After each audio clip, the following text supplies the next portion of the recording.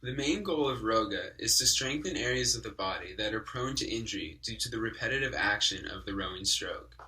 Flexibility and strength are essential for proper biomechanics of the spine and the hips. These movements are designed to augment a traditional rowing, erg, and weight program. The transitions between movements should be gradual and simple. We will begin the session by showing the alignment of the hips and the spine as we bend forward.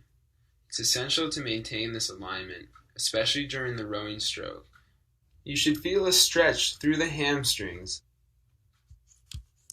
As you come forward, you'll reach a limit, and after that, you will need to bend your back to reach farther forward. Stop once you feel your hips come to a halt, and maintain this alignment of the spine and the hips. Any further flexion, you will see the spine at a lengthened position with the muscles in a weaker position. As we come forward, we will let the spine collapse and relax every muscle from the hips up. Let your hands come to the ground and rest. And as we come up, straighten the spine segment by segment, returning to our original position.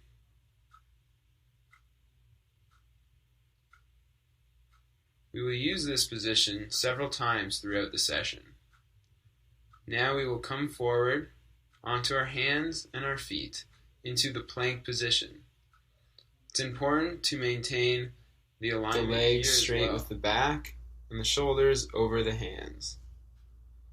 From plank, we will transition into downward dog, maintaining the alignment of the hips and the back. Let the hips rotate over the tops of the legs. If you notice a curve in the back, increase the distance between your hands and your legs.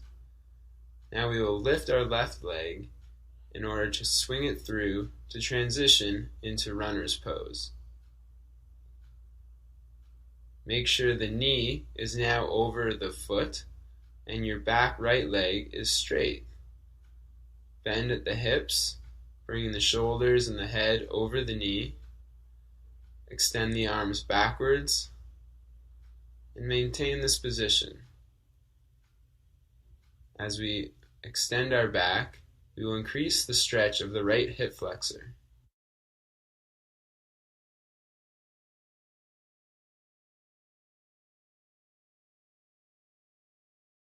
As we return to this position, we will increase the stretch, coming forward to return to plank. Unweight your left leg and bring it backwards. We will return to plank between positions. We will transition to downward dog from here. And you will notice in some of your athletes that are younger, hamstring flexibility is a limiting factor. It's important to maintain the back and hip alignment more than it is to get the hands and feet close together. If you are unable to maintain your balance in this position, increase the width of your feet. As well, you want to ensure that your front leg is parallel to the ground and the shin as we extend to the ground. Focus on rotating the hips backwards instead of increasing the extension in your low back. This will increase the stretch on your hip musculature. Again, we will return to plank. The next position we will do is called Warrior 2. From plank, we go into downward dog and lift the leg again, swinging it through into runner's pose. From runner's pose, we will take our back foot and turn it sideways. We will also turn the hips sideways to face the same direction as the back foot. Maintain the alignment of the front leg at 90-90. Bring the arms up and the shoulders back. From Warrior 2, we will transition into surfer's position. Keep the left heel on the ground as you bring your body weight over top of it, bending your knee as much as you can. Reach to your left and to your right. We will maintain this position until we return back to Warrior 2. Make your transition to Warrior 2 slow and gradual, maintaining your balance throughout the position. Make sure the back leg is straight, and now we're going to bring our back arm behind us, lifting the front arm up into Reverse Warrior. Return to Warrior 2, and come back to Plank. Each position, from Plank to Runners to Warrior 2, was shortened for time, but each should be held for 30 to 60 seconds in order to gain maximal benefit. From Downward Dog, we can transition into Upward Dog through a slow bend in the arms and coming forward onto the backs of the feet, keeping the knees off the ground and allowing the hips to relax and stretch. And spread the knees, coming back into our child's pose. This is great for taking a little break if you need it. You can insert a child's pose into any segment of this program. The following is a flow of movements from Downward Dog to the left elbow. Ensure that you keep the foot off the ground and do not use the elbow to support the knee. And return it back up. Now we will bring the left leg to the right elbow. Twisting through the spine, you may have to readjust your back foot.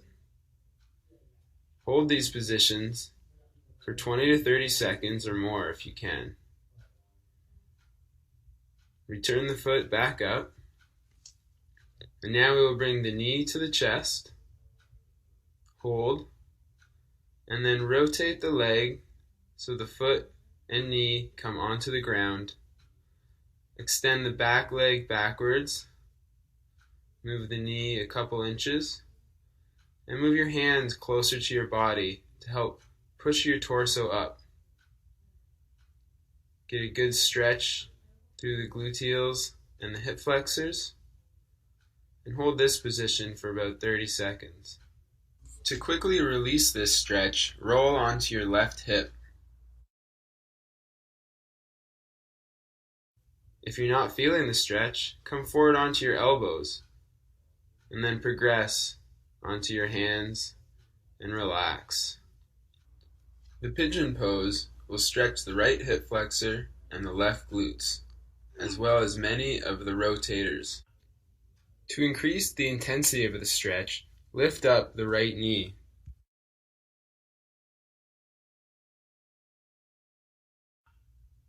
Slowly raise your right foot and see if you can reach it. If so, slowly apply more pressure to increase the stretch. The quadricep crosses two joints, and therefore we must extend the hip and flex the knee at the same time. Slowly release the leg and let it come down. Come up, unweight the left leg, and slowly return to plank. Feel free to move the hips around a bit to loosen up before you return to plank. While in plank and downward dog, the pressure on the hands should not be through the wrist, but on the fingers and the tops of the palm. Extending the right leg in downward dog and holding that position in full extension will strengthen the gluteals on the right side. Holding the right knee in flexion at the elbow will strengthen the hip flexors on the right side in a shortened position, while on the left side they will be strengthened in a lengthened position. When crossing your knee to the opposite elbow, make sure you get your rotation through the mid-back and not the hips and the low back. Slowly bring the knee forward, maintaining control over the position of the leg. Place the front leg in a comfortable position. You can always move the back leg backwards if you need to increase the stretch. As you walk the hands backwards, do not overextend the low back causing pain. Try to rotate the hips backwards or lift the left knee. If you experience a muscle spasm, roll onto your right hip and allow it to relax and release. As you come forward, It's important to take your time, regardless of if you know you are able to achieve your final resting position. Allow all the muscles to relax. Identify any tense areas and focus on relaxing those as well. A prolonged hold will help you achieve this relaxation. As you come up, slowly lift your leg and reach for it. Once you've grasped it, come down forward onto your elbow if you are able. It's okay to stay on your hand. If you experience a muscle spasm, release the leg and allow it to relax. When you release the leg, come up so the leg is not on tension and slowly let it come down. Unweight the right leg and return to plank.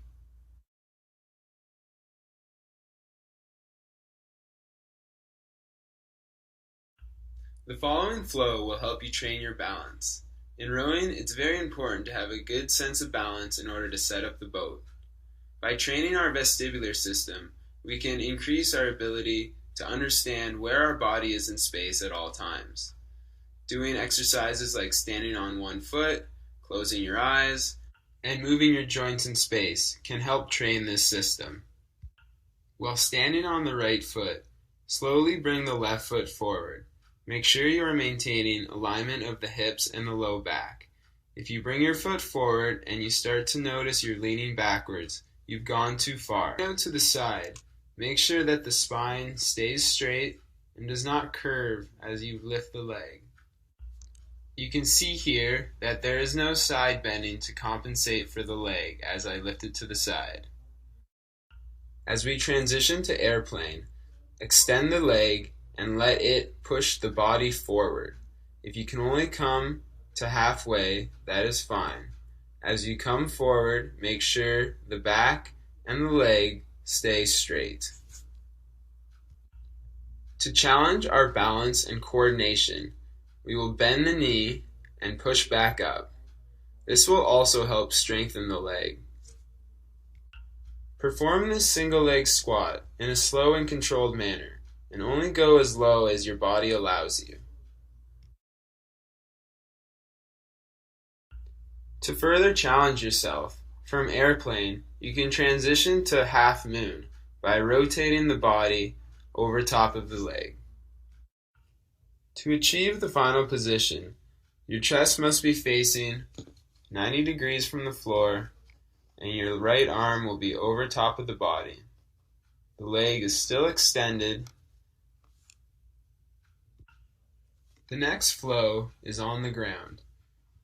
The following is a bridge. Keep the feet flat and lift the hips as high as you can, keeping the body straight. The bridge works the glutes. As you lift the right leg, the left leg will have to work harder to maintain this position.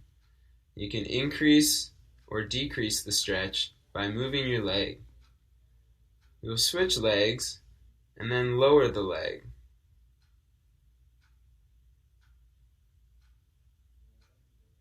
You can experiment with different movements, but the strength factor on the right glute will stay relatively the same. If you'd like to further increase the stretch, you can come onto your hands and arch up.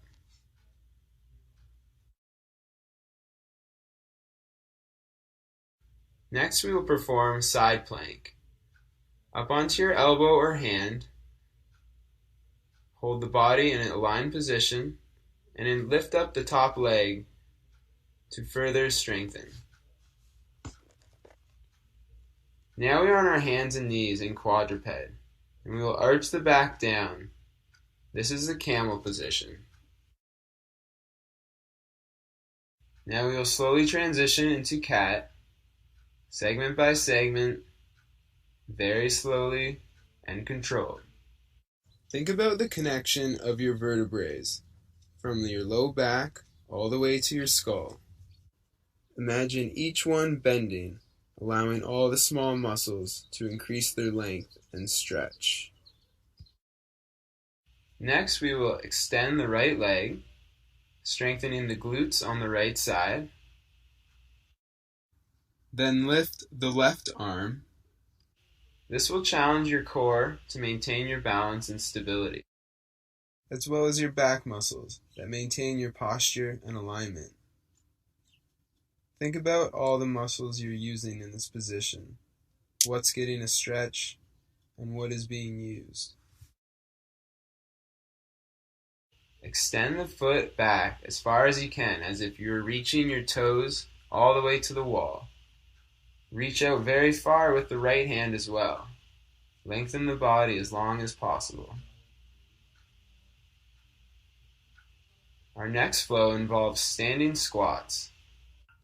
As you descend into your squat, keep the knees shoulder-width apart and only come as far down that your thighs are parallel to the ground. Make sure the heels are flat on the ground and bring the hands up, maintaining alignment of the low back. The higher you can bring your hands, the more difficult this becomes. To perform a deeper squat, spread the heels apart and point the toes outwards so that when you come down, past parallel, you're in a relaxed position. Here you want the glutes, hamstrings, and quadriceps to all relax and stretch. You can move side to side to change the angle. This concludes our session of ROWGA. I hope you enjoyed it and learned some things. It's a great exercise before or after rowing to help increase your flexibility, prevent injuries. If you want a little extra, there's some advanced moves we can do, starting from the crow position. In crow, you want your forearms to be perpendicular to the ground, and you want your knees to rest on your arms just above your elbows. From crow, you can also extend both legs upwards. Once you gain enough strength for this, work on holding this position. If you can master that, try and do a push-up into a handstand. The possibilities are endless when you train for movement.